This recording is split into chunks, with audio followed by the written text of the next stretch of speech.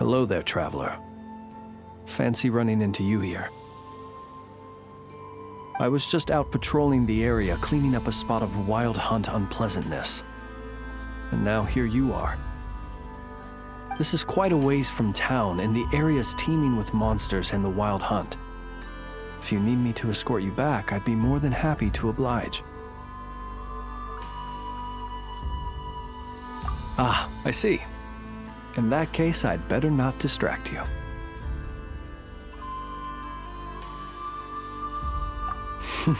Well said. And I have witnessed your skills already. But it would be rude not to make the offer, having found you alone in the wilderness. Anyway, I'd best be going. If you do find yourself in need of help, you know where to find me. I'll always be ready to answer when you come knocking on my door.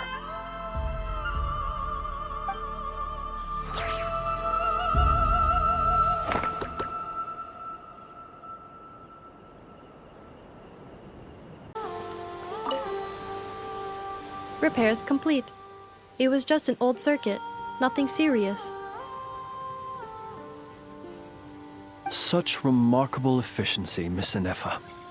If it weren't for you, this streetlight would have had me stumped. If it had proven beyond fixing, I may have had to take my own lantern and hang it in its place. Aino previously proposed a solution. She said she could train the Ratniki so they'd have the basic knowledge to perform simple tasks, like repairing circuits. That way, you wouldn't need to inform Aino every time a streetlight goes out and then wait in the dark until I arrive to repair it.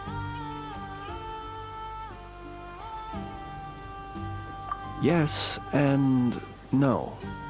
Strictly speaking, maintaining the brightness of the lights has been their traditional role.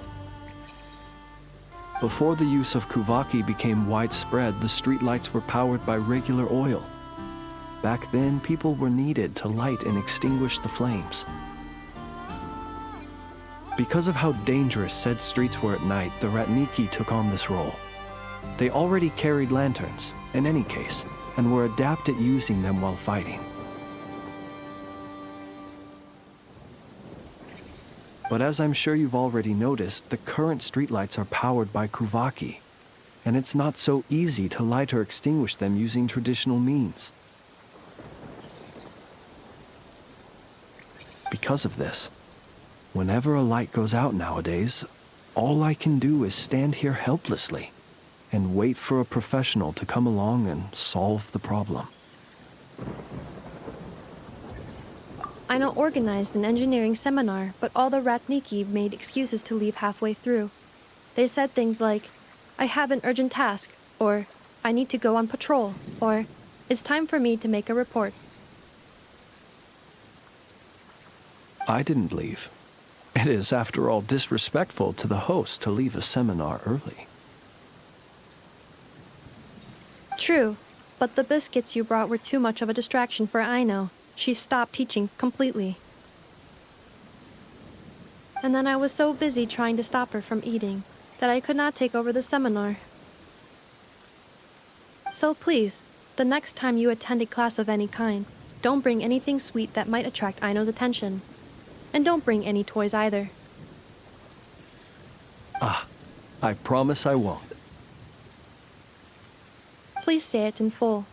The last time you promised not to bring anything sweet, you brought a toy, and Aino was completely unable to continue.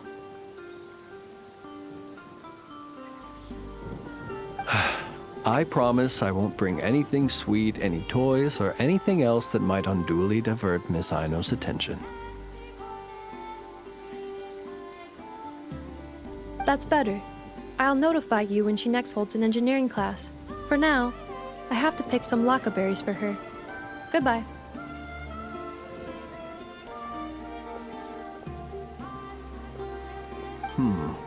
Traveler, do you know of anything else besides sweet treats, toys, and small fluffy animals that might keep Miss Aino quiet for a while? Half an hour shall suffice. A companion? Oh, that is inspired. Perhaps I should ask Miss Nefer if she can send Miss Yehoda to accompany me. Naturally, the only reason I wish to ask Miss Yehoda to attend is that if I am to swim in the great ocean of knowledge, I'd very much like someone else to enjoy Miss Aino's educational ablutions. Considering the strength of Miss Yehoda's relationship with the two of you, I believe she would be the perfect candidate to go with me.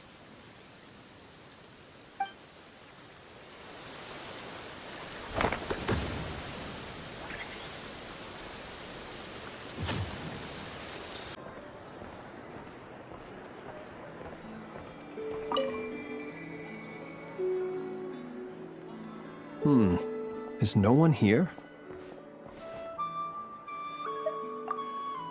Well, hello. This is certainly a most joyful encounter. Seeing you lifts my spirits after a somewhat disheartening trip. I wouldn't say anything's the matter, merely that I am dealing with some unexpected circumstances. I recently learned of a collector in Nasha Town who, due to financial concerns, has been obliged to offer a pair of ancient coins for sale. I'm told she's a little eccentric and doesn't reply to letters, so I came out here myself to see if I could arrange a deal. I needed to come to town anyway to pick up some supplies, so I thought I'd pay her a visit on the way. Unfortunately, she doesn't appear to be home. More's the pity. It's just a little hobby of mine. Everyone has something that tickles their fancy, am I right? For me, it's old coins and gemstones.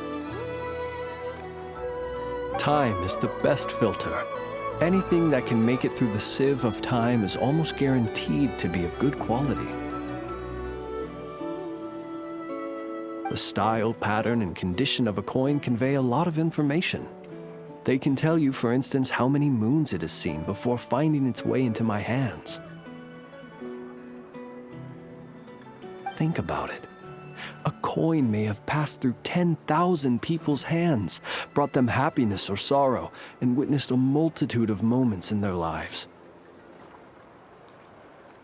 The weight of time it contains is far heavier than its appearance would suggest. It is a witness to the past and something that has value in the present day, which makes it more than worth collecting. These coins have been stuck in my mind these last few days. What do they look like? What stories can they tell? If I can't meet this collector, I fear all desire to return home shall desert me. Look at me, rambling on about coins without a thought for the friend standing by my side. Let me think of a more interesting topic to make up for boring you just now. Ah, yes. Recently, I purchased a beautiful azure gemstone from a Fontanian merchant. It had long slumbered at the bottom of the ocean until being recovered just some days ago. I was told it was once embedded in the sword of a champion duelist at the court of Fontaine, while another story claims it was a pirate crew's prized treasure.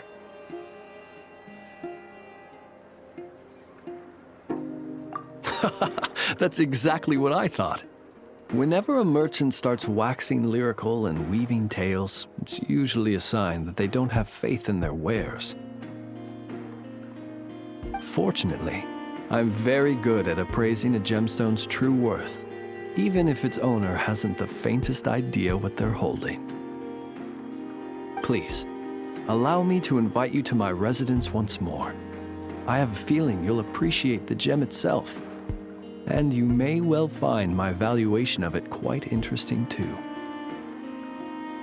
I'll be waiting for you.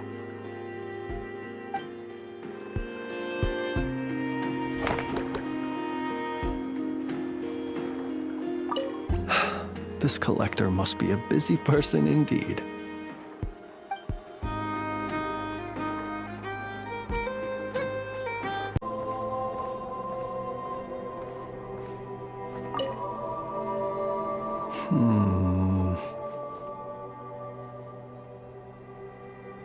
There is indeed quite a lot. After accounting for daily necessities and emergency supplies, there's still enough to set aside in case of sudden visits from my colleagues. After all, my personal requirements are modest. It would be a waste not to save the excess and use it to help others in need.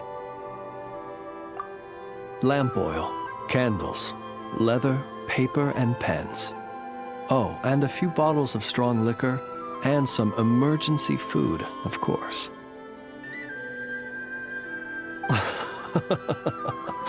Judging by your expression, I can tell you're wondering, what emergency food did you buy exactly? These supplies need to stand the test of time, so all of this food has undergone special processing. I assure you, unless you're on the brink of starvation, you don't want to try it. The cured meat, for example, is as tough as tree bark, and the biscuits taste like tossed-out newspaper. Even if you soak them in milk or vegetable soup, the best you could hope for is soggy newspaper. Well, there are times when one has no other choice. I've tried to extract nutrients from this food before.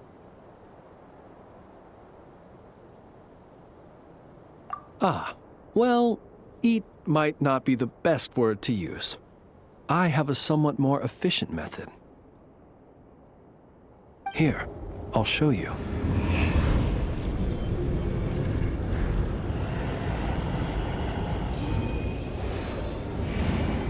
I suppose you could call it cooking with fire.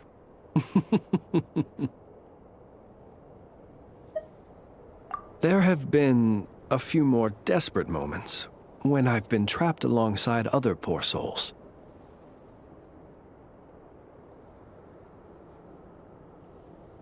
You should know, if I were to use the method I've just shown you in front of my colleagues, it might leave them feeling uneasy.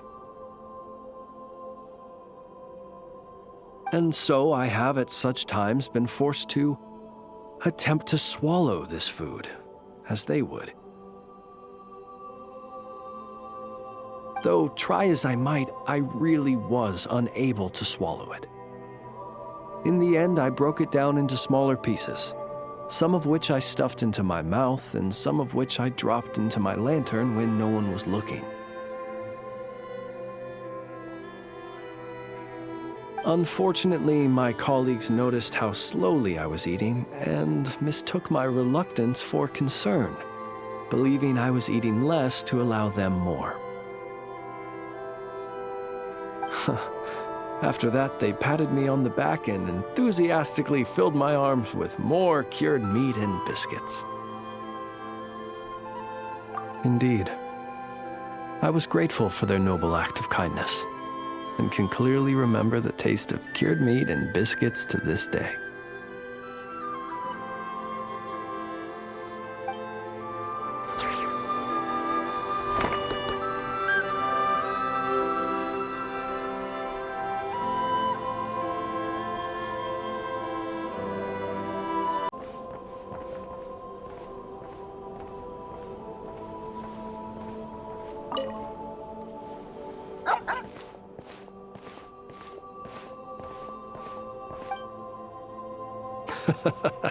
This is a good one.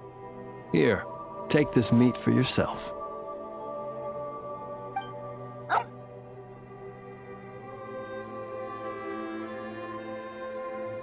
Mine? Not at all. It belongs to itself. It sometimes brings me old bones to help with my puzzles, that's all. I should be clear. While I don't know what bones these are, I can say for certain they don't belong to any humans who slumber here or elsewhere. Bones are another thing that tickles my fancy. Sometimes when I see one that's a bit unusual, I'll pick it up and add it to my collection. Then when I'm feeling bored, I try to connect all my bones and create something whole. A bit like doing a jigsaw puzzle. You could call it a form of artistic expression.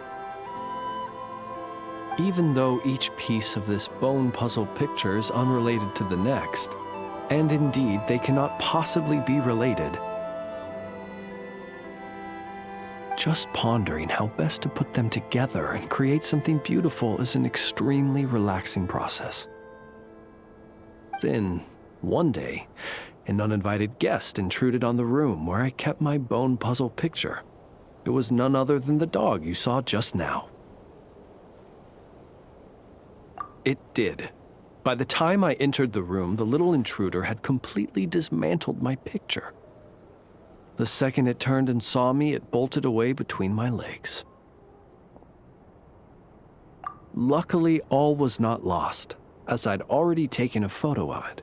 And more than that, now that my old puzzle was dismantled, I was free to construct an even bigger puzzle with my growing collection of bones.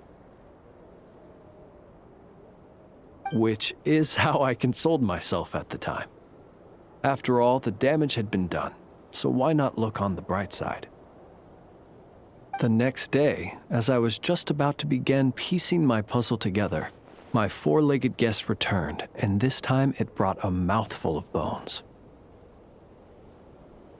I couldn't understand what it was saying, but its intent became clear when it laid its animal bones at my feet and then placed them one by one into my puzzle.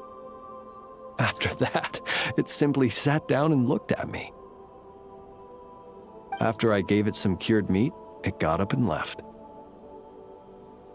Ever since then, it's dropped by from time to time to give me bones in exchange for food. I think you might be viewing this with a little too much sentimentality. It's just a dog looking for food, nothing more. I'm a source of sustenance, and luckily for my canine friend, I happen to be relatively generous. Not that that's a bad thing. I view it more as an assistant under my employ. It doesn't speak, and it leaves when I tell it to. That's pretty much everything you could hope for in an assistant. If you'd like, you can give it some meat. Sometimes it sits and waits by your side, which I think probably means it's still hungry. Perhaps it might be a little more friendly with someone such as yourself.